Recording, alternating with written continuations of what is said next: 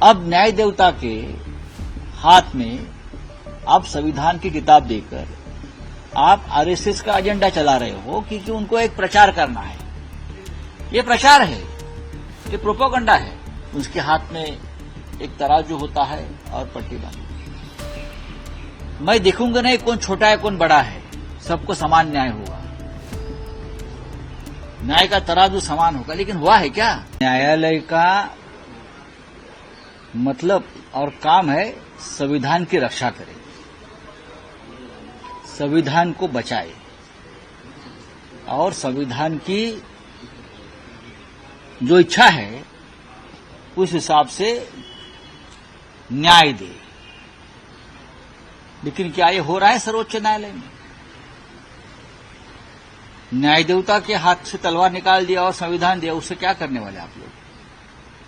संविधान को तो आप खत्म कर रहे। आंख पर की पट्टी खोल दी तो आप खुले आंख से भ्रष्टाचार देखते रहो और संविधान की हत्या देखते रहो। खुले आंख खोलकर देखते रहो। और उसका अनुभव हमने लिया है, हमारी पार्टी ने लिया है, शरद पवार साहब ने लिया है।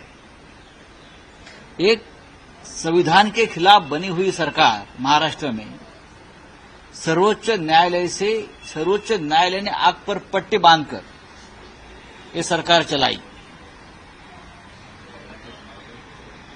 2 साल तक तारीख पे तारीख निर्णय नहीं दिया। ऐसे बहुत से निर्णय हैं जो संविधान के हिसाब से होने चाहिए थे। संविधान की हत्या तो इस देश में दर दिन होती है। अब न्याय देवता के हाथ में आप संविधान की किताब देकर आप आरएसएस का एजेंडा चला रहे हो क्योंकि उनको एक प्रचार करना है। ये प्रचार है, ये प्रोपेगेंडा है।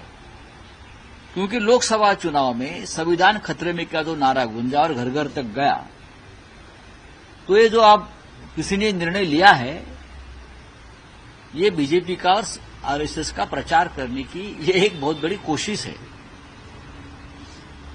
जो परंपरा चलती आई है कि हमारी न्याय देवता सभी को, उसके हाथ में एक तराजू होता है और पट्टी बांधी।